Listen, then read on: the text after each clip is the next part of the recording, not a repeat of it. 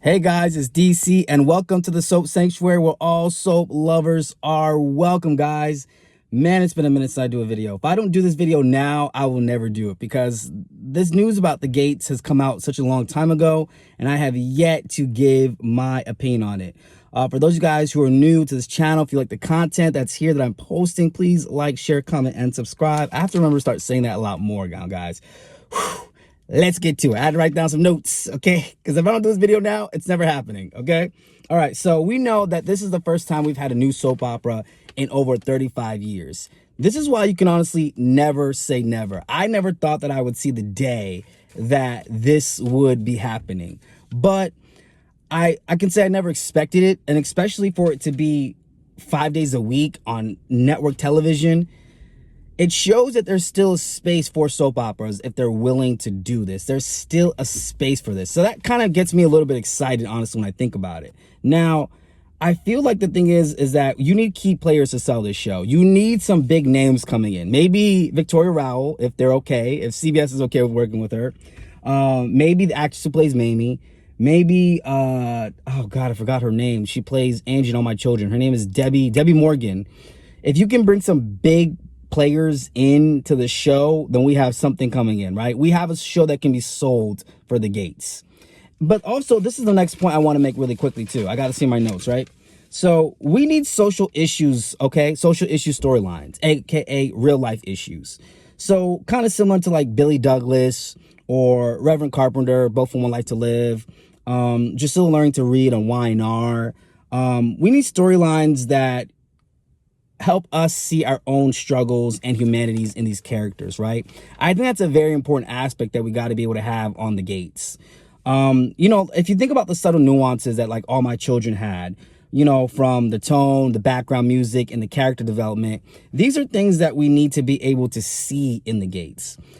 If I feel that I'm able to like connect with the characters, then they've got my view as a viewer. But if it's going to be a lot of the same stuff that we've already seen, I don't think the show is going to go far past maybe 6 months, you know, or even to a year. I feel like we have to have these elements now in soaps because we need these stories to be told. I think it's very vitally important that we get these stories being told on soaps. We need diversity in our storylines. I want to see a gay black male couple on the Gates. If you're not going to give it to us, just don't even do the show. If you're going to do the same mess that we're getting on B&B, it's just everybody's black, you don't need to do the show. Right? I want to see really dynamic storylines told that actually make me think, that actually get me on the edge of my seat. That is what I want to see with the Gates. And I will support it for its first week. I will say when the Gates comes out, I will probably stop watching B&B because I can't watch all these soaps. I'm in grad school. It's not going to work. I got things to do. And if I have to drop a soap, I think The Bold and the Beautiful will be the soap for me to drop. It's not really holding my interest, to be honest. And it hasn't in years.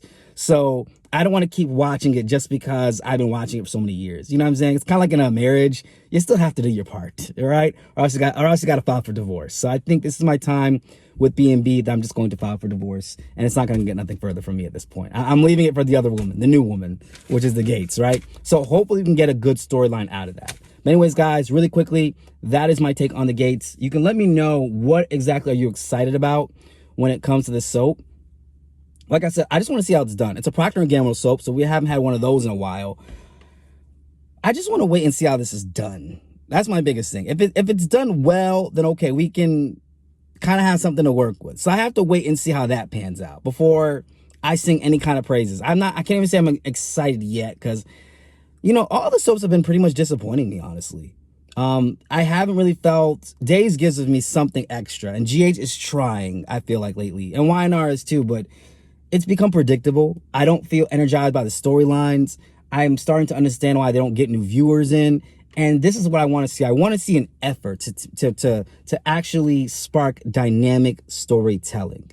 If you can do that, you've got a viewer. And that's what made us really connect with soaps, it was dynamic storytelling.